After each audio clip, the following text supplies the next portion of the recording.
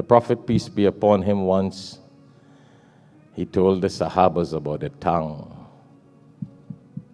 That tongue between the two jaws.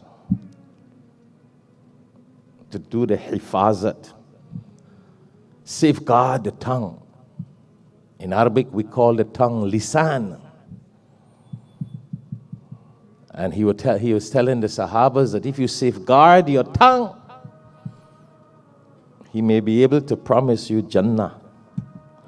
Because a lot of us could end up going to hell because of abusing this tongue.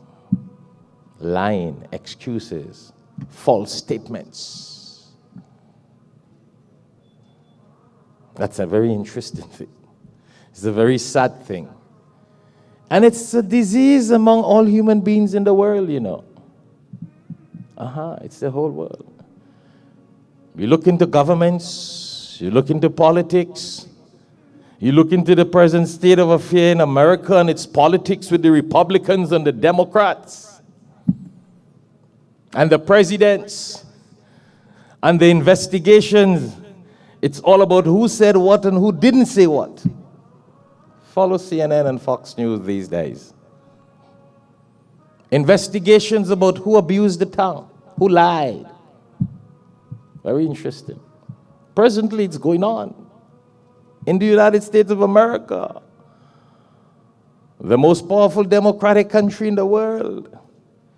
You're having problem with the tongue, lying. Millions being spent on investigation of what the tongue has said and did not say.